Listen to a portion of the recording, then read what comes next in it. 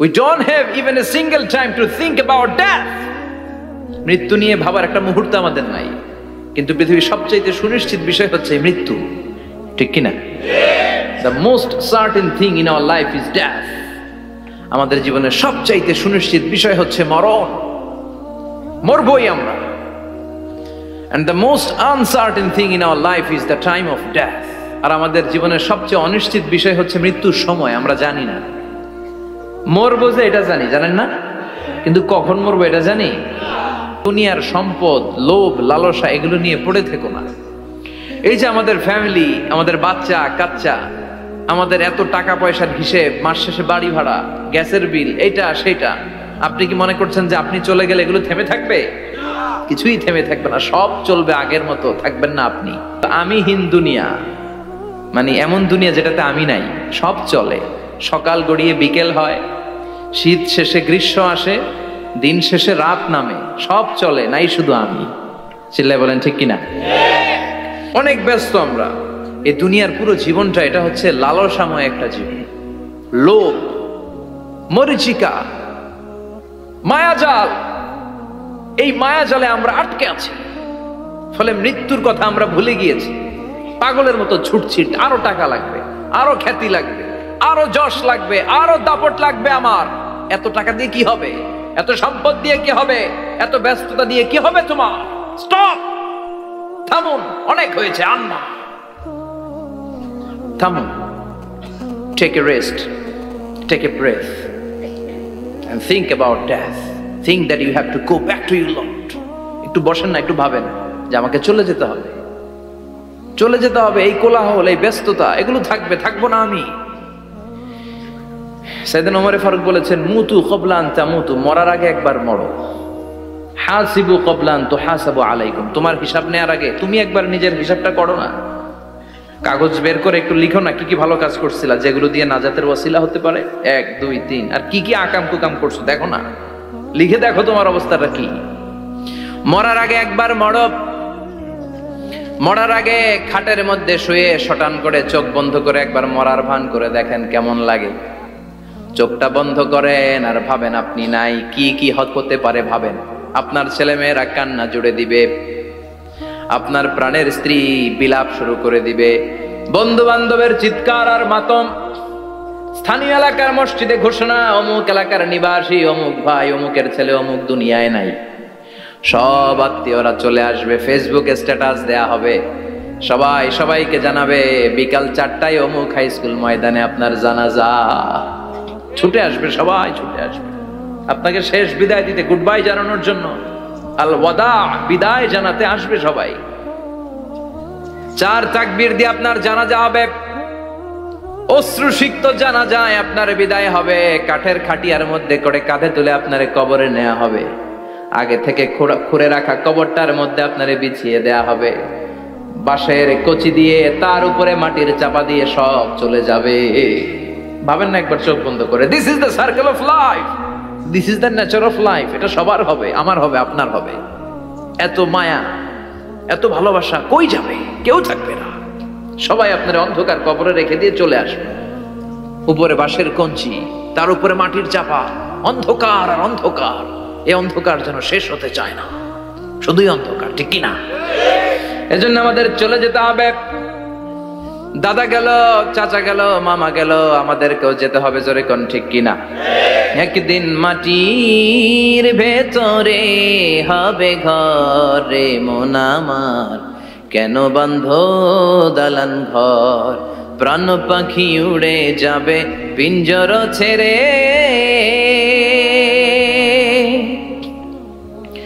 ধরা ধামে সবই রবে, তুমি যাবে চলে, বন্ধু বান্ধব যত, মাতা পিতা দ্বারা সুত, সবই হবে তোমার পরে।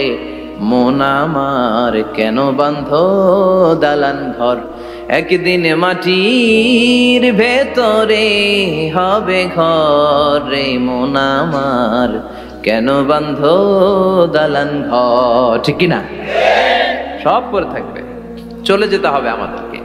এজন্য আখিরাতের কথা যেন আমাদের স্মরণ হয়। বিশ্বনবী বলতেন, নাহাইতুকুমান জিয়ারাতিল কবুর, আমি তোমাদেরকে কবর জিয়ারত করতে আগে নিষেধ করতাম, কিন্তু এখন নিষেধাজ্ঞা প্রত্যাহার করে নিলাম। এখন সব সময় তোমরা কবরের সামনে যাবা আর জিয়ারত করবা। কবরস্থানে জানতো বড়ুয়া কৃষ্ণপুরের এই গ্রামের কবরস্থান আছে? কোন দিকে? পূর্ব দিকে আছে, গোখরার জলের ওদিকে। যান আপনারা, একটু যাবেন, একটু গেলে আখিরাতের কথাটা স্মরণ হবে। ওখানে ছোট শিশুরা শুয়ে আছে, কিশোর যুবকরা আছে, আপনার মতো তাগড়া যুবক, মুরব্বীরা আছে। এরা এই এলাকায় থাকতো, এরা আকাশ থেকে নেমে আসে না, এই এলাকার সন্তান আজ নাই। একটা সার্টেন পিরিয়ড শেষে আপনিও থাকবেন না। This is the nature of life, this is the circle of life. ছোট্ট শিশু হয়ে এসেছিলেন, শৈশব, কৈশোর, যৌবন, প্রৌঢ়ত্ব। আগে ছিলেন সিঙ্গেল, বিয়ে করে হয়ে গেলেন ডবল। এরপরে আল্লাহ আপনাকে একটা মেয়ে দিল, এরপরে মেয়েকে বিয়ে দিয়ে শ্বশুর হলেন, এরপরে ওই মেয়ের ঘরে সন্তান হতে নানা হলেন। আর কতদিন? অনেক দিন হলো তো, অনেক লম্বা সময় পেয়েছেন আপনি। Think about that. এবার যাওয়ার কথা ভাবেন, আখিরাতের সামানের কথা ভাবেন, ফিরে যেতে হবে। কি শক্তিশালী যুবক, বার্ধক্য চলে আসলে লাঠি ছাড়া চলতে পারে না। কুচকুচে কালো দাড়ি সাদা হয়ে যায়, দাড়ির শুভ্রতা, বয়সের ভার, রং ধরা যৌবন জং ধরে শেষ। ঠিক কিনা? This is the circle of life. যুবক ভাইরা, এটাই জীবন, চলে যেতে হবে, কেউ থাকতে পারবে না। ঠিক কিনা? এটা রিমাইন্ডার আল্লাহ এই সূরার ভেতরে দিয়েছেন যে তোমাদেরকে ফিরে যেতে হবে। এই লোভ লালসা ছেড়ে দাও। রব্বুল আলামিন বলেন, আলহাকুমুত তাকাসুর হাত্তা যুরতুমুল মাকাবির। ও গোলাম, দুনিয়ার সম্পদ, লোভ লালসা তোদেরকে পাগল বানিয়ে দিয়েছে। এই লোভ পাগলামি কোনোদিন তোদের থামবে না যতদিন না তোরা কবরে ঢুকবি। ঠিক কিনা? কার কথা? আল্লাহ বললেন, দুনিয়ার সম্পদ আর লোভ আর মোহে তোমরা গাফেল হয়ে গিয়েছো। আখিরাতের কথা বেমালুম তোমরা ভুলে গিয়েছো। কিন্তু আখিরাতে তোমাদের যেতেই হবে, কবরের বাড়িতে তোমাদের ঢুকতেই হবে। ঠিক কিনা? যেতেই হবে। আমরা ভুলে যাই। আলহাকুমুত তাকাসুর, অতিরিক্ত পাওয়ার লোভ, বেশি বেশি খাওয়ার লোভ, বেশি বেশি জমানোর লোভ মানুষকে গাফেল বানিয়ে দিয়েছে। এটা মানুষের স্বভাব। আরো চাই, আরো চাই, এই স্বভাবটা আছে না নাই? দেখবেন ছোট বাচ্চারা মসজিদে দোয়া অনুষ্ঠান শেষে জিলাপি দেয় না? বড়ুয়া কৃষ্ণপুর কি দেয়? আগে বাতাসা দিত না, এখন কি দেয়? জিলাপি দেয়, মিষ্টি দেয়। তো মসজিদের 2-3 গেট থেকে যদি দেয়, ছোট বাচ্চারা দেখবেন এদিক দিয়ে কয়েকটা নেয়, নিয়ে আবার ওই গেটে লাইন ধরে। ওর হাত হলো ছোট হাত, ওর হাত ভর্তি জিলাপি, আর নেওয়ার জায়গা নেই, এরপর আরেক জায়গায় লাইন ধরছে। আরো লাগবে, আরো লাগবে, এই আরো আরো আরো চাই। এই স্বভাবটাই মানুষকে কুড়ে কুড়ে শেষ করে দিয়েছে। এত লাগবে কেন তোমার? চাহিদার কোনো শেষ নাই। Unlimited demand of human being. যার আছে বেশি তার চাই বেশি। যার সাইকেল আছে তার হুন্ডা চাই, হুন্ডা আছে তো প্রাইভেট কার চাই, প্রাইভেট কার আছে তো প্লেন চাই, প্লেন আছে তো হেলিকপ্টার চাই, হেলিকপ্টার আছে তো ওইটা চাই, ওইটা আছে তো সেটা চাই। ঠিক কিনা? এলাকার মেম্বার যে হয়েছে চেয়ারম্যান হতে চায়, আছে না নাই? তো মানুষের চাহিদার কোনো শেষ নাই। যার আছে বেশি তার চাই বেশি। এজন্য বিষ্ণু বলেছেন, উনজুরু ইলা মান হুয়া আসফালা মিন, তোমার চেয়ে যে খারাপ আছে ওর দিকে তাকাও। ওয়ালা তানজুর মান হুয়া আ'লা মিন, তোমার চেয়ে যে ভালো আছে ওর দিকে তাকায়ও না, তোমার চেয়ে যে খারাপ অবস্থানে আছে ওর দিকে তাকাও। অনেকে নিজের অবস্থান নিয়ে সুখী না, এরকম আছে না নাই? আল্লাহ আমার এটা দিল না রে, ওইটা দিল না রে, পাইলাম না রে, কিচ্ছু হয় না, কি করব জীবনে, হতাশ। আসলে আছে কিন্তু অনেক, কিন্তু শুকরিয়া নাই, ডাকাত। ঠিক কিনা? নিজের অবস্থান নিয়ে সুখী না, কিন্তু অনেক লোক আছে তারা আপনার অবস্থানে পৌঁছতে চায়। তাদের দিকে তাকিয়ে দেখেন, আপনি যে অবস্থানে আছেন এই অবস্থানে পৌঁছাটা অনেকের কাছে স্বপ্ন। তারা প্রতিনিয়ত সংগ্রাম আর স্ট্রাগল করে যাচ্ছে আপনার অবস্থানে পৌঁছতে, আর আপনি এটা নিয়ে সন্তুষ্ট না। শেখ সাদির নাম শুনেছেন? বালাগাল উলা কাশাফাত দুজা, এই কবিতাটার রচয়িতা, ইরানের বিখ্যাত এক কবি। উনি একবার আর্থিক সমস্যার মধ্যে দিয়ে সময় কাটাচ্ছেন, টাকা নাই, পয়সা নাই, পায়ে দেওয়ার মতো জুতা নাই। উনি খুব দুঃখ পেলেন, হায় রে, আমি ইরানের এত বড় কবি, আমার পায়ে দেওয়ার মতো জুতা নাই। দুঃখ ভরা মন নিয়ে রাস্তায় হাঁটতে বেরোলেন। হাঁটতে হাঁটতে হঠাৎ দেখলেন একটা লোক শুয়ে শুয়ে কাঁদছে, ওই লোকটার 2টা পাই নাই, পাই নাই। উনি সেজদায় পড়ে গেলেন, আল্লাহর কাছে ক্ষমা চাইলেন, আল্লাহ অনেক দিয়েছো, শুকর আলহামদুলিল্লাহ। এজন্য যেই পরিস্থিতিতেই থাকি না কেন আমরা কি পড়বো? জোরে বলেন কি পড়বো? এজন্য আল কানাতু মিনাল ইসলাম, অল্পে তুষ্ট থাকার নাম হলো ইসলাম। সম্পদ লাগবে কিন্তু সম্পদের পাহাড় লাগবে না, ঠিক কি না? অল্প খান, অল্প পড়েন, অল্প জামান, অল্পের ভেতরে বরকত ঢুকাইয়া দিছে কে? দেখবেন যাদের সম্পদ অল্প তারা সুখী বেশি।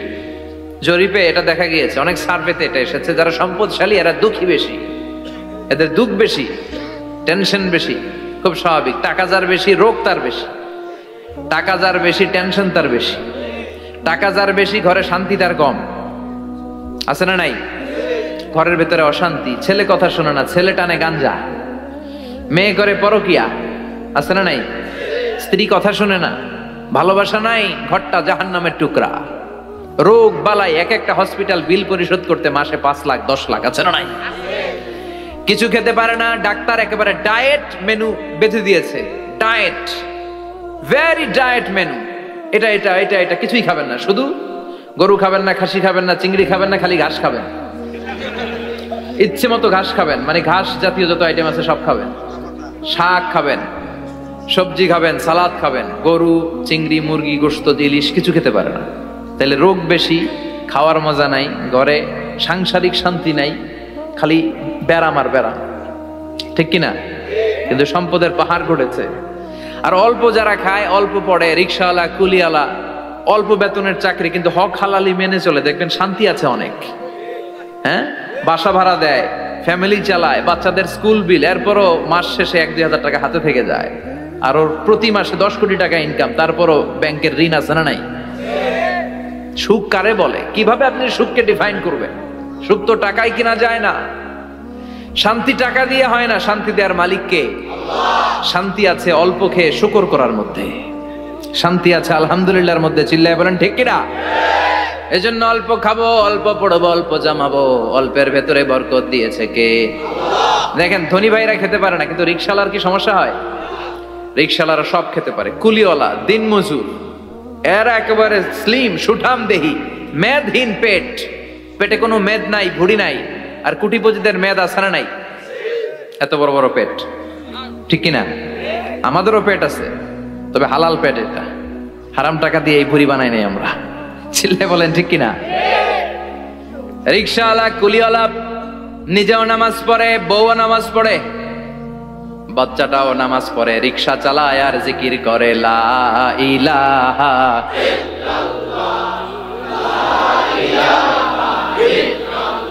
লা ইলাহা ইল্লাল্লাহু মুহাম্মাদুর রাসূলুল্লাহ সাল্লাল্লাহু। সুখ আর শান্তি, তাদের ঘরে সুখ। ধনী কোটিপতি, ভিআইপি, সিআইপিস, এদের রাতে ঘুম নাই, 1 ঘন্টা ঘুমানোর জন্য 4টা ট্যাবলেট খাওয়া লাগে, এরকম আছে না নাই? কিন্তু ঘুমের জন্য যে ট্যাবলেট খাওয়া লাগে রিক্সাওয়ালা এটা জানেই না। ওর যেখানে রাইত ওইখানেই, ওর মাথা বিছনায় লাগতে দেরি, ওর ঘুম আসতে দেরি হয়। ওর ঘুমে নাকের ডাকের আওয়াজে ট্রাকের ইঞ্জিনও ফেল। সুবহানাল্লাহ পড়েন। এজন্য অনেক বেশি সম্পদের পাহাড় করা লাগবে, এই চিন্তা যেন আমাদের মাথায় না আসে। চিল্লায় বলেন ঠিক কিনা? এজন্য রব্বুল আলামিন বলেন আলহাকুমুত তাকাসুরু হাত্তা যুরতুমুল মাকাবির। বেশি বেশি সম্পদ উপার্জনের আকাঙ্ক্ষা তোমাদেরকে আখিরাত থেকে গাফেল বানিয়েছে। এই গাফলতি কশিন কালেও তোমাদের কমবে না যতক্ষণ না তোমরা কবরে ঢুকবা। হাত্তা যুরতুমুল মাকাবির, মাকবারাতুনের প্লুরাল মাকাবির, যতক্ষণ না কবরে না ঢুকবা, কবরস্থান তোমার আবাসস্থল না হবে, ততক্ষণ পর্যন্ত এই চাই চাই মানসিকতা কমবে। মানুষের স্বভাব হলো আরো চাই, আরো চাই, আরো চাই করে ফকিরেরা। কারা? আল্লাহ গালি দিয়ে বললেন তোরা সব ফকিরনি। তোরা কি? ইয়া আইয়ুহান নাসু আনতুমুল ফুকারাউ ইলাল্লাহ ওয়াল্লাহু হুয়াল গানিয়ুল হামিদ। সুবহানাল্লাহ পড়েন। আল্লাহ ডেকে বললেন গোলাম আনতুমুল ফুকারা ইলাল্লাহ, তোমরা সবাই ফকির, ধনী হলো একজন, তিনি কে? আল্লাহ শুধু ধনী। আর মানুষের স্বভাব হচ্ছে আরো চাই, আরো চাই। ওর 2 তলা বিল্ডিং, আমার 3 তলা লাগবে। ওর 2টা গাড়ি আছে, আমার 3টা লাগবে। আছে না নাই? বিশ্বনবী বললেন কিয়ামতের আগ দিয়ে মানুষের মধ্যে আকাঙ্ক্ষায় প্রতিযোগিতা বেড়ে যাবে, প্রতিযোগিতামূলক টেন্ডেন্সি। কার চেয়ে কে বড় হতে পারে, কার চেয়ে কে বেশি টাকার পাহাড় বানাতে পারে, আছে না নাই? বিশ্বনবী বললেন ওয়ান তারাল হুফাতাল উরাতাল আলাতা রিয়া আশ-শাইয়াতা তাওয়ালুনা ফিল বুনিয়ান। কিয়ামতের আগে এমন কিছু লোক যাদের গায়ে দেওয়ার মতো জামা ছিল না, পায়ে দেওয়ার মতো জুতা ছিল না, পেটে দেওয়ার মতো খাবার ছিল না, সমাজের কেউ তাদেরকে চিনতো না, হঠাৎ করে এই লোকগুলো ধনী হয়ে যাবে। And they will start to construct, they will compete to construct high rises building in the cities. শহরে গ্রামে এরা বড় বড় বিল্ডিং বানানো শুরু করবে, সরকার কাছাকাছি চলে আসছে। এই যে বিল্ডিং বানানোর প্রতিযোগিতা, কুমিল্লা শহরে আজ থেকে 20-25 বছর আগে 5 তলা 6 তলা একটা বিল্ডিং ছিল না, এখন 10 তলা 20 তলা আছে না নাই? ঢাকায় আজ থেকে 20 বছর আগে 10 তলা বিল্ডিং খুঁজে পাইতেন আপনি? নাই। গোটা বিশ্বব্যাপী এখন টাওয়ার বানানোর প্রতিযোগিতা। বিশ্বনবী বললেন এদের কোনো টাকা ছিল না। পৃথিবীর সবচেয়ে বড় টাওয়ার এখন আরব দেশে, এদের কোনো টাকা ছিল না। আরব দেশের সৌদি আরব, কাতার, কুয়েত, বাহরাইন এখন স্বর্ণ আর তেলের খনি পেয়ে আল্লাহরে ভুলে যায়। এদের খাওয়ার মতো কিছু ছিল না। এদেরকে আমার দাদারে শুনতাম বলতো কাবলিওয়ালা বলতো। কি বলতো? এদেশে আসতো জায়নামাজ, তসবিহ ছড়া, খেজুর টেজুর বিক্রি করার জন্য। এরা জেলে পাড়ার লোক ছিল।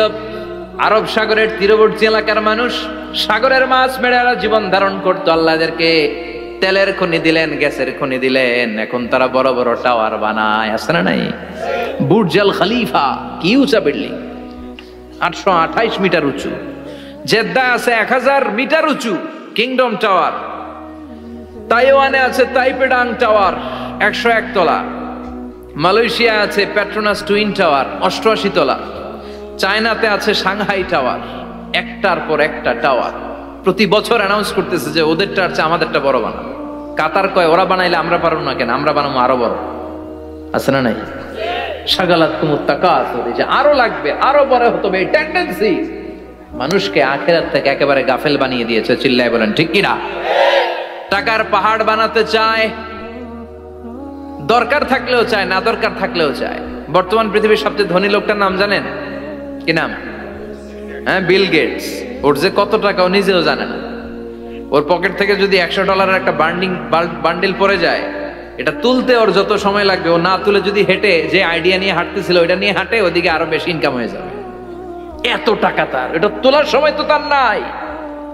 ওয়ারেন বাফেট নাম শুনছেন? হাজার হাজার কোটি ডলারের মালিক। Prince Walid bin Talal, Saudi ধনকুবের নাম শুনেছেন? ওর একটা বিমান আছে, প্রাইভেট জেট প্লেন। এই বিমানটার 70% মেড অফ গোল্ড। বিমানের 70% স্বর্ণ দিয়ে বানানো। গত কয়েক বছর আগে আমি ব্রুনাই গিয়েছিলাম। ব্রুনাইয়ের সুলতানের নাম হাসান আল বালখিয়া। উনি একটা প্যালেস আরবিতে বলে কাসার, মানে হচ্ছে রাজপ্রাসাদ। পৃথিবীর সবচাইতে বড় রাজপ্রাসাদ ব্রুনাইতে বান্দার সিরি বেগাওয়ানে অবস্থিত। আমি গিয়েছি ওখানে। প্রায় 1800 থেকে 2000 কক্ষ আছে ওই প্যালেসে, রাজপ্রাসাদে। ওই রাজপ্রাসাদের টয়লেটের কমোড গুলো মেড অফ গোল্ড, স্বর্ণ দিয়ে বানানো। নাউজুবিল্লাহ পড়বেন না? এই হাসান আল বালখিয়া নিজে বিমান চালায়। ওর সংগ্রহে 500টা রোলস রয়েস লাক্সারিয়াস কার আছে। 500 রোলস রয়েস। গুগল, ইউটিউব যারা করেন সার্চ দিলে দেখবেন ওর কি পরিমাণে গাড়ি। রোলস রয়েস গাড়ি হচ্ছে one of the luxurious car in the world. Car ব্র্যান্ডের মধ্যে যত দামি কার ব্র্যান্ড আছে, এর মধ্যে রোলস রয়েস একটা, যেগুলোর দাম কমসে কম এদেশের টাকায় 8 কোটি থেকে 10 কোটি টাকা। আচ্ছা বলেন, এই গাড়িগুলো যারা হাই প্রোফাইলের ভিআইপিস, তারা ফ্যামিলির সবাইকেও যদি একটা করে গাড়ি দেয়, একজনের কয়টা গাড়ি দরকার? 5টা, 10টা, 20টা। বললাম যে 20টা গাড়ি লাগবে ওনার। 500 গাড়ি দিয়ে উনি কি করবে? তার সংগ্রহে 500টা রোলস রয়েস। স্বর্ণেরও গাড়ি আছে, তার স্বর্ণের পালঙ্ক আছে, আমি দেখে এসেছি। পোরশে, ফারারে, লাম্বরগিনি, এই টাইপের যে ব্র্যান্ডগুলো আছে, অভাব নাই। তার মানে আছে, যার বেশি চায় তত বেশি। চিৎকার করে বলেন ঠিক কি না? এজন্য আল্লাহ বললেন আলহাকুমুত তাকাসুরু হাত্তা যুরতুমুল মাকাবির। দুনিয়ার লোভ তোমাদেরকে আখিরাত থেকে গাফেল বানিয়ে দিয়েছে। দুনিয়ার লোভ লালসার মধ্যে পড়ে আখিরাতকে বেমালুম তোমরা ভুলে গিয়েছো। এই গাফলতি কোনোদিন কমবে না যতদিন না তোমরা কবরে ঢুকো। ঠিক কি না? সম্পদ উপার্জনে ইসলাম বাধা দেয় না, কিন্তু সম্পদ হৃদয়ে স্থান দেয়া যাবে না। সম্পদ উপার্জন করতে হবে, খরচ করে ফেলতে হবে। বেশি সম্পদশালী হতে হলে আল্লাহর সন্তুষ্টির জন্য জাকাত দিতে হবে। কে দিতে হবে? দে জাকাত, দে জাকাত, তোর দিল খুলবে পরে, আগে খুলো খাত। দে জাকাত, দে জাকাত, তোরা দে রে জাকাত। ঠিক কিনা? দিল পরে খুলবে, আগে হাত খোলেন। হাত খুললে দেখবেন দিলটারে খুলে দিয়েছে কে? সাইয়েদনা মুসা আলাইহিস সালামের জামানায় ওনার চাচাতো ভাই ছিল মিশরের সবচাইতে বড় ধনী, যাকাত দেয় নাই। তার কি করুণ পরিণতি হয়েছে কোরআনে আছে না নাই? এত সম্পদ ছিল, তার সম্পদগুলো সে সিন্ধুকে আটকে রাখতো। আর এই সিন্ধুকের চাবিগুলো আলগানোর জন্য, কাঁধে নেওয়ার জন্য 10 জন লোক লাগতো। সিন্ধুক কাঁধে নেওয়ার জন্য, সিন্ধুকের চাবির গোছা কাঁধে নেওয়ার জন্য কয়জন? তাহলে কি পরিমাণ সম্পদ ছিল? সাইয়েদনা মুসা বললেন, সম্পদের মালিক তুই হস নাই, আল্লাহ বানাইছে। কারণ বলে, ইন্নামা উতিতুহু আলা ইলমিন ইনদি, আল্লাহ আমারে সম্পদ দেয় নাই, আমি আমার মেধা খাটিয়ে সম্পদ বানিয়েছি। যাকাত আমি দিব না। মুসা বললেন, তাহলে আযাবে পড়বি। কারণ কয় পারলে আযাব আন, পারলে আযাব আন। আল্লাহ বললেন, ফাখাসাফনা বিহি ওয়া বিদারহিল আরদ, ও মুসা নিরাপদ দূরত্বে চলে যাও, এখনই ভয়ঙ্কর ভূমিকম্প হবে, আযাব দেব। কারণ সহ কারণের সব সম্পদ আমি জমিনের ভেতরে ঢুকায়া দেব। আমি নিজে কারণের বাড়ি দেখে এসেছি। মিশরের রাজধানী কায়রো থেকে প্রায় 150 কিলো দূর একটা জেলা আছে, ফায়ুম জেলা। ওইখানে কারুনকে আল্লাহ তার সব সম্পত্তি সহ মাটিতে দাবিয়ে দিয়েছেন। দাবাতে দাবাতে হাঁটু পর্যন্ত যখন কারুন জামিনে দেবে যায়, ভাবছে উঠে যাবে। কোমর পর্যন্ত যখন মাটির মধ্যে দেবে যায়, ভাবছে উঠতে পারবে। গলা পর্যন্ত যখন দেবে যায়, হাত তুইলা কয়, আমি ঈমান আনলাম। ও মুসা, সব সম্পদ তোর আর তোর আল্লাহর লইয়া যা, খালি আমারে বাঁচা, আমারে। সব গাদ্দারদের একই পরিণতি। ফেরাউনরেও যখন আল্লাহ লোহিত সাগরে পানি খাওয়াতে খাওয়াতে পেটটা এত বড়, হাত তুলা কয়, আনা মিনাল মুসলিমিন, আমি মুসলমান, আমি ভালো মানুষ। আল্লাহর কোরআন সাক্ষী, সে বলেছে আনা মিনাল বনি ইসরাইলরা যে আল্লাহরে মানে, আমিও তারে মানি, আমিও আল্লাহর দলের একনিষ্ঠ কর্মী। আর পানি খাইতে পারি না, আল্লাহ বাঁচাও। আল্লাহ কয় আরো খা। শেষ, ফেরাউন শেষ, নমরুদ শেষ, কারুন শেষ। পুরো সম্পদ সহ আল্লাহ কারুনকে জামিনের ভেতরে দাবিয়ে দিলেন। এজন্য সম্পদ যাদের বেশি, যাকাত দেওয়ার দরকার আছে না নাই? দারিদ্রতা বিমোচনের জন্য যাকাত দিবেন। যাকাতের শাড়ি লুঙ্গি এইভাবে না, অনেকে কিন্তু দেয় যাকাতের শাড়ি, যাকাতের লুঙ্গি, যাকাতের গামছা, এরকম ডাকাইত আছে না নাই? বাংলাদেশে এমনও হয়েছে, যাকাতের শাড়ি দিবে বলে সে পত্রিকায় নিউজ করেছে, আর ওই শাড়ি আনার জন্য শাড়ি দিবে 5000 মানুষ, এসেছে 5 লক্ষ। পদপৃষ্ঠ হয়ে 11 জন নারী এক জায়গায় মারা গিয়েছে। কিয়ামতের দিন আল্লাহ বিচারের কাঠগড়ায় এই বিজনেস ম্যাগনেটকে দাঁড়িয়ে সেদিন জিজ্ঞাসা করবে যে, কেন তুই এদেরকে কষ্ট দিয়েছিলি? চিল্লা এখন ঠিক কিনা? এদের মৃত্যুর দায়ভার এই শিল্পপতি এড়াতে পারবে না। যাকাতের শাড়ি, যাকাতের লুঙ্গি বিতরণের জন্য আল্লাহ তোমারে ধনী বানায় নাই। ধনীদের দায়িত্ব হলো গরিবের হাতে সম্পদ পৌঁছে দেয়া। ওয়া ফি আমওয়ালিহিম হাক্কুন লিসাইলি ওয়াল মাহরুম। গরিব আমার কাছ থেকে সম্পদ আর যাকাত নিয়ে সে আমার প্রতি করুণা করেছে। আমি যাকাত দেই বলে আমি কোনো দয়া দেখাই নাই। কথা বুঝতে পেরেছেন? আইডিয়াটা ক্লিয়ার করে নেন। যাকাত দেয়া আমার জন্য কি? কথা বলেন, ফরজ। আর যে যাকাত নেয় তার জন্য যাকাত খাওয়া কি ফরজ? আমি গরিব মানুষ, আমি যাকাত খাবো না, না খাইয়া থাকুম, রোজা রাখুন। কথা কন, আমার যে যাকাত নেওয়া লাগবে এমন কোনো কথা নাই, কিন্তু আমি যে ধনী আমার দিতেই হবে, এটা ফরজ। তার মানে আমি দিয়ে আমি দয়া করি নাই, ও নিয়ে আমারে বাঁচাইয়া দয়া করে গেছে। চিৎকার করে বলো ঠিক কিনা? ইসলাম বলে রাস্তার এক পাশে 5 তলা আর এক পাশে গাছতলা, এটার নাম ইসলাম না। খেটে খাওয়া মানুষ, সুবিধা বঞ্চিত মানুষদের দ্বারে যে তুমি যাকাতের টাকা পৌঁছে দাও। যাকাতকে ফরজ করা হয়েছে দারিদ্রতা বিমোচনের জন্য। আপনি শাড়ি লুঙ্গি দিলে কি হবে? ওরে শাড়ি দিচ্ছেন দুপুরে, রাত্রেবেলা ও আরেক জায়গায় লাইন ধরে আছে, বিরিয়ানির প্যাকেট দিতেছে ওইখানে। কথা কন, সারাটা বছর ও যাকাতের টাকা নেবে, ওর কিচ্ছু হবে না। বরং এমন কিছু তাকে করে দিতে হবে যেটা দিয়ে সে ফ্যামিলি লিড করতে পারে। একটা সিএনজি কিনে দেন, ওই ফ্যামিলিতে কোনো যুবক থাকলে সিএনজি চালায়া, অটো চালায়া ফ্যামিলিটারে চালান। একটা টঙের দোকান করে দেন, চায়ের দোকান, চা বিক্রি করে ফ্যামিলিটারে চালাবে। অস্ট্রেলিয়ান একটা গাই কিনে দেন, গরুর দুধ বিক্রি করে তার ফ্যামিলি চলবে। কিংবা মাছের একটা খামার করে দেন, মুরগির খামার করে দেন, ঠিক কিনা?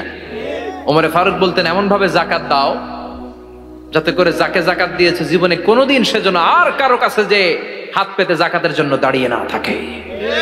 এই বিধানটা কার? এজন্য আল্লাহ বললেন আলহাকুমুত তাকাসুরু হাত্তা যুরতুমুল মাকাবির। দুনিয়ার লোভ লালসা তোমাদের কমবে না যতদিন না তোমরা কবরে ঢুকো। কার কথা? চিল্লায় বলেন কার? এজন্য দুনিয়ার প্রতি যে আমাদের লোভ, এটা কি বাড়াইতে হবে না কমাইতে হবে? এই দুনিয়ার জীবন এটা ক্ষণিকের। আমাল হায়াতুদ দুনিয়া ইল্লা মাতাউল গুরুর। এটা ভোগের সামগ্রী, আজ আছে কাল না, এটা হাতের ময়লা। দুনিয়ার এই জীবনের দৃষ্টান্ত হচ্ছে 4টা স্বর্ণের টুকরা আর 3টা লাশের মতো। স্বর্ণের টুকরা 4টা, চিৎকার করে বলেন তো কয়টা? লাশ 3টা, জোরে বলেন কয়টা? অনেক অনেক আগের যুগের 3 জন যুবক জীবিকার তাগিদে তারা বের হয়েছে কর্মসংস্থান করে খাবে। পথিমধ্যে তারা গুপ্তধন পেয়েছে, স্বর্ণের বার পেয়েছে, তো বড় বড় 4টা পেয়ে তারা মহা খুশি। আমাদের আর কাজ করা লাগবে না, এগুলো বেচে আজীবন খাবো, সুখে থাকবো। তো 3 জন মিলে বললো 4টা স্বর্ণের টুকরা 3 জনের মধ্যে ভাগ করে দেওয়ার আগে একজন এক কাজ কর, বাজার থেকে কিছু রুটি নিয়ে আয়, খুব ক্ষুধা লেগেছে, খেয়ে নেই। একজনের রুটি আনতে পাঠিয়ে 2 জন মিলে ভাবে ওইটারে যদি মেরে ফেলতে পারি তাহলে তো তোর আর আমার মধ্যে কোনো ঝামেলা নাই। স্বর্ণের টুকরা কয়টা? তুই নিবি 2টা, আমি নেব 2টা। আর যেটারে রুটি আনতে পাঠাইছে ওইটা মনে মনে ভাবতেছে রুটির মধ্যে বিষ মিশাই নিয়ে যাব। কি মিশাবো? বিষ খাইয়া ওইটা শেষ, সবগুলো আমার। তো বিষ মিশায় নিয়ে আসছে, আর আগের পরিকল্পনা অনুযায়ী এই 2 জন মিলে তাকে নৃশংসভাবে হত্যা করেছে। হত্যার পরে কয় প্রচন্ড ক্ষুধা লাগছে, লো আগে খাইয়া লই। 2 জন মিলে বাজার থেকে আনা বিষ মাখানো রুটি খেয়ে ওই 2টাও শেষ। স্বর্ণের জায়গায় স্বর্ণ পড়ে আছে, স্বর্ণগুলো নেয়ার মতো মানুষ আর নাই, ঠিক কিনা? এজন্য মানুষের এই চাহিদা কমবে না। বিষ্ণু বলেন লাউ আন্না লিকুল্লি ইবনে আদম ওয়াদিয়ান মিন যাহাব আহাব্বা আই ইয়াকুনা ইলাইহি ওয়াদিয়ান। আল্লাহ প্রত্যেককে, আমাদের প্রত্যেককে যদি একটা করে স্বর্ণের পাহাড়ের মালিক বানিয়ে দেয়। কয়টা করে পাহাড় দেখছেন কোনোদিন? কই দেখছেন? চিটাং গেছিলেন? এই চট্টগ্রামে গেলে দেখা যায় কি পাহাড়। এই একটা পাহাড় স্বর্ণের, এক একটা স্বর্ণের পাহাড়ের মালিক যদি আমাদের এক একজনকে বানায় দেওয়া হয়, এরপর আমরা চাবো আরেকটা স্বর্ণের পাহাড়ের মালিক কেমন করে হওয়া যায়। আচ্ছা বলেন তো, একটা স্বর্ণের পাহাড় আমার 14 পুরুষ বিক্রি করে খাইলেও শেষ করতে পারবো এটা? তো আরেকটা কেন লাগবে আমার? ওয়ালাই আমলা আফাহু ইল্লা তুরাব। বিষ্ণু বলেন কবরের মাটি যতক্ষণ না তোর মুখে না ঢুকবে, তোর এই চাওয়া চাওয়া খাই খাই সব বন্ধ হবে না। এজন্য আল্লাহ বললেন আলহাকুমুত তাকাসুরু হাত্তা যুরতুমুল মাকাবির। দুনিয়া তোমাদেরকে গাফেল বানিয়ে দিয়েছে, গাফলতি কমবে না যতদিন না কবরে ঢুকো। কবরে ঢুকা লাগবে, কবরে ঢুকা লাগবে না? কবরে আমাদেরকে যেতেই হবে, যেখানেই থাকেন। কবরের প্রশ্ন আছে না নাই? অনেকে বলে হুজুর বিমান হামলায় মারা গিয়েছে, বিমান জ্বলে পুড়ে ছাই হয়ে গিয়েছে, তার কবর কোথায়? তার আত্মাটা যেখানে আছে ওই জায়গায় প্রশ্ন আছে না নাই? অনেকে বলে হুজুর সাগরের মধ্যে পড়ে মারা গিয়েছে, তিমি মাছ খেয়ে ফেলেছে, তার কোনো অস্তিত্ব নাই, কিন্তু তার রুহুটা আছে না নাই? প্রতিটা রুহু সংরক্ষণ করে কে? প্রত্যেকটা আত্মা আল্লাহর কাছে সংরক্ষিত থাকে। প্রতিটা রুহু, প্রতিটা মানুষ মালাকুল মাউতকে দেখতে পায়। আপনিও দেখবেন, আমিও দেখব। মুমিনদের কাছে এসে মালাকুল মাউত একজন যুবকের বেশে সাদা ধবধবে জুব্বা পরে সুগন্ধি মেখে মুমূর্ষ ব্যক্তির শিয়রে বসে বসে বলে ইয়া আইয়াতুহান নাফসুল মুতমাইন্না, হে প্রশান্ত আত্মা, উখরুজি ইলা মাগফিরাতুল্লাহি ওয়া রিদওয়ানি, আল্লাহর ক্ষমা আর দয়ার দিকে বের হয়ে আসো। বলা মাত্রই মুমিনের আত্মাটা স্মুথলি বের হয়ে আসে। কাফান মিন আকফানিল জান্নাহ, হানুত মিন হানুতিল জান্নাহ, জান্নাত থেকে আনা সুগন্ধি কাফনের মধ্যে পেঁচিয়ে তিনি রূহটাকে নিয়ে ইল্লিনে চলে যায়। সরাসরি দেখে মালাকুল মাউতকে। আর যারা ইসলাম বিরোধী, কোরআন বিরোধী, তাদের সামনে এসে মালাকুল মাউত ত্রাস সৃষ্টি করে। আগে ধমক। হাইওয়েতে মাঝে মাঝে ডাকাতি হয় না? বাসগুলোর মধ্যে যখন ডাকাতি হয়, বাসে থাকে 50 জন, ডাকাত ঢুকে 5 জন। এই 5 জনের ভয়ে সবগুলো পেশাব করে দেয়, কারণ ত্রাস সৃষ্টি করে। এসেই চাইনিজ কুড়াল দিয়ে আগে কুবায় দেয় 4-5 জনের। রক্ত দেখে কি দেওয়ার সব আগে রেডি করে রাখে। মালাকুল মাউত এসে কাফের নাস্তিক মুশরিকদের সামনে সেরকম একটা ত্রাস সৃষ্টি করে, ভয়ে লোকটা কাঁপতে থাকে। ওর কাছে ভদ্র ভাষায় কথা বলে না, সুন্দর জামা পরে আসে না, কালো কুচকুচে চেহারা, ভয়ঙ্কর একটা রূপ নিয়ে, আকৃতি নিয়ে ইসলাম বিরোধীদের মাথার সামনে আসে, দুর্গন্ধযুক্ত চেহারার দেহ নিয়ে ধমক দিয়ে বলে, ও পাপাত্তা, ইয়া আইয়াতুহান নাফসুল খাবিসা উখরুজি ইলা গাদাবিল্লাহ, হে পাপাত্তা, আল্লাহর রাগ, ক্রোধ আর গজবের দিকে বের হয়ে আয়। মুমিনের আত্মা বলার সাথে সাথে যেমনি মুমিনের দেহ থেকে বের হয়ে জান্নাতি কাফনের ভেতরে ঢুকে, কাফেরদের আত্মাও কি এরকম তাড়াতাড়ি বেরোতে চায় নাকি? কাফেরদের আত্মা বেরোতে চায় না, ডানে দৌড়, বায়ে দৌড়, সামনে দৌড়, পেছনে দৌড়, আহা দৌড়াদৌড়ি করে। মালাকুল মাউত এটাকে টেনে হিচড়ে, একটা জীবিত ছাগলকে জবেহ না করে, জবাই না করে, তার চামড়া উল্টার দিকে টেনে হিচড়ে বের করলে ছাগলটা যত কষ্ট পায়, এর সে কম 70 গুণ বেশি কষ্ট দিয়ে কাফের, মুশরিক আর গাদ্দারদের রূহ কবজ করা হয়। আল্লাহ এই পরিস্থিতি থেকে তুমি আমাদের বাঁচাও। মুমিনদের রূহ যেমনি কবজ হয়, ওইভাবে রূহ কবজের ব্যবস্থা করে দিও। ইমানের মৃত্যু নসিব করে দিও, শাহিদি মৃত্যু নসিব করে দিও।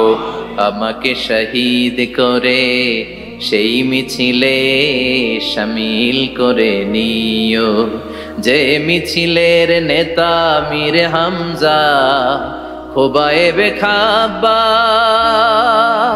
আল্লাহর কাছে ছিল অতি প্রিয়, শামিল করে নিও।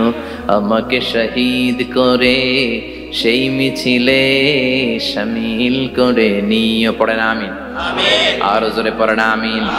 তার মানে বিমান দুর্ঘটনায় হোক, কিংবা লঞ্চ ডুবিতে হোক, কিংবা আগুনে পড়ে হোক, কিংবা আত্মঘাতী হামলায় হোক, যে যেখানেই মারা যায়, কবরের 3টা প্রশ্ন তার জন্য আছে না নাই? ইসলাম বিরোধীদের জন্য প্রশ্ন 3টা, আপনারা যারা মুমিন তাদের জন্য 4টা, আপনাদের জন্য একটা বেশি। আলহামদুলিল্লাহ কোন? কবরে এসে প্রথম প্রশ্ন করবে, মুনকার নাকির যখন চলে আসবে, 40 কদম যখন আত্মীয় স্বজনরা লাশটাকে কবরের মধ্যে দিয়ে 40 কদম চলে যায়, তখনই ফেরেশতা চলে আসে। আহা, শেষ, সব শেষ। এসেই পরীক্ষা শুরু। মার রব্বুক, তোর রবের নাম কি? চিল্লায় বলেন, আমাদের রবের নাম কি? আমরা বলবো রব্বি আল্লাহ, আল্লাহ আমারে রব। দমে দমে তনু মনে তারি অনুভব। পড়েন, আল্লাহ আমারে রব। তোমার দুনিয়াতে আমি যেদিকে তাকাই, অথই নিয়ামতে ডুবে আছি সবাই। পাখ পাখালির গানে শুনি তাসবিহ কল রব, তাসবিহ কল রব, আল্লাহ আমারে রব। প্রথম প্রশ্ন, তোমার রব কে? আমরা বলবো আমাদের রব আল্লাহ। দ্বিতীয় প্রশ্ন, ওমা দীনু, তোমার ধর্মের নাম কি? আমরা কি বলবো? তৃতীয় প্রশ্ন, বিশ্বনবীর চেহারা দেখিয়ে বলা হবে, আতারিফু হাদার রাজুল, এই লোকটারে চিনো নাকি? আমরা বলবো চিনি, আমাদের প্রাণের নবী, ঠিক কি না? চাঁদের চেয়ে সুন্দর তুমি নবী, আমার কামলিওয়ালা, দু জাহানের বাদশাহ তুমি, প্যারা নবী সাল্লে আলা। চাঁদের চেয়ে সুন্দর তুমি নবী, আমার কামলিওয়ালা, ঠিক কি না? 3টা প্রশ্নের যথাযথ উত্তর যখন দিয়ে দিলেন, আপনার জন্য অতিরিক্ত আরেকটা প্রশ্ন করা হবে, ওয়ামা ইলমুক, তোমার নলেজ কি? 3টা প্রশ্নের উত্তর যে তুমি করতে পারলা, কিভাবে পারলা, কেমনে জানলা? নকল করে বলছো নাকি জেনে বুঝে আসছো? নকল হয় না? এখন তো পরীক্ষা চলতেছে বোধহয়। কি পরীক্ষা? এসএসসি পরীক্ষা। নকল হয়? কৃষ্ণপুরে নকল নাই না? এখন মনে হয় এগুলো একটু কমছে। একটা সময় ছিল অনেক নকল হইতো।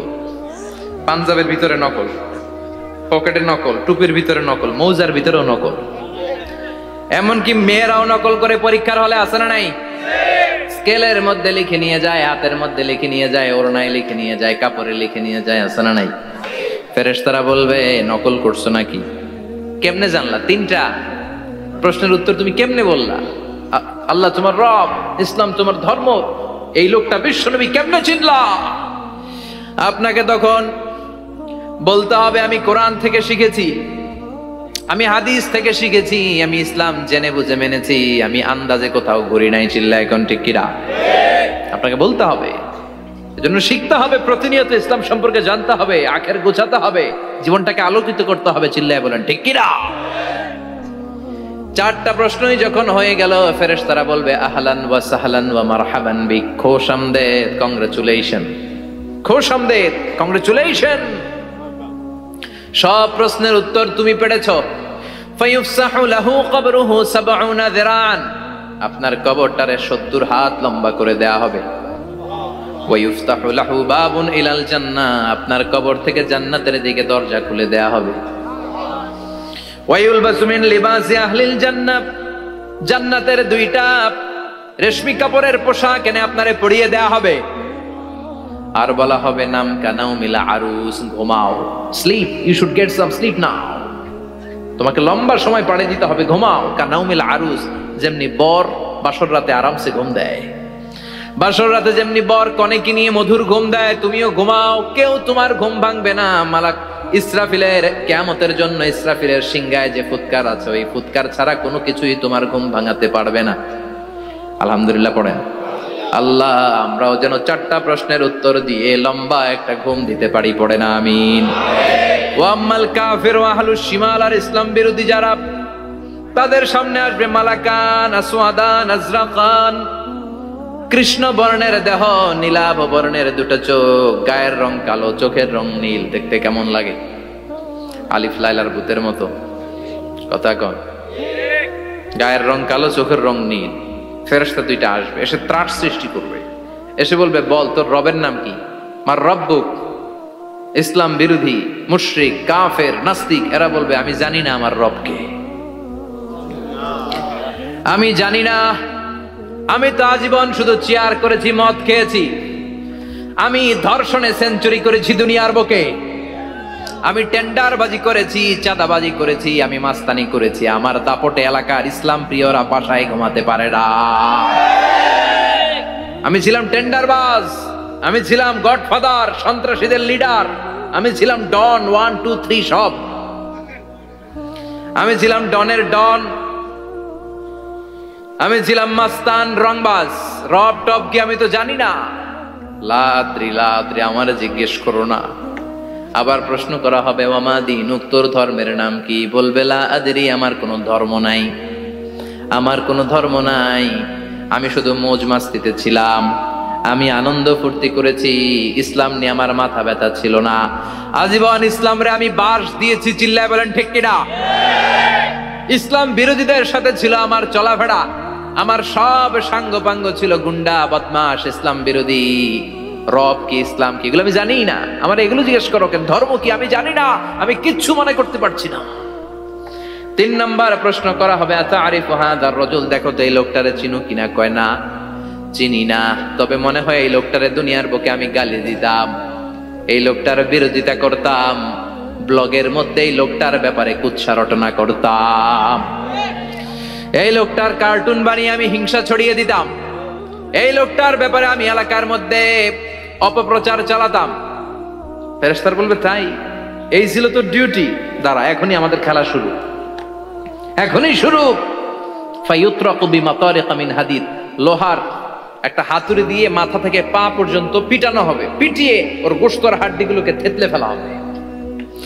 ওয়ায়ুকালু লিল আরদি ইলতাইমি, কবরের দুই পাশের মাটিরে বলা হবে এবারে দুই দিক থেকে তোরা চাপ দে, চাপ দেয়া হবে, ধাক্কা ধাক্কি করেও সে সুবিধা করতে পারবে না, মাটি আস্তে আস্তে আস্তে আস্তে দেহের দুই দিকে লেগে এমন জোরে দুইটা চাপ দিবে, ফাতাখতালিফা আদলাউহু, তার ডান পাশের পাজরের হাড্ডি বাম দিকে ঢুকে যাবে, বাম দিকের হাড্ডি ডানে চলে যাবে। বিশ্বনবী বললেন এই হাতুড়ি দিয়ে পিটানোর শাস্তি, কবরের চাপ দেওয়ার শাস্তি চলতেই থাকবে হাত্তাল কিয়ামা, কিয়ামত পর্যন্ত। আল্লাহ এই কবরের শাস্তি থেকে আমাদের বাঁচাও, আমরা এই আযাব পেতে চাই না, আমরা যেন ঠিকভাবে কবরের 4টা প্রশ্নের উত্তর করে দিয়ে লম্বা ঘুম দিতে পারি। আল্লাহ তুমি তৌফিক দাও।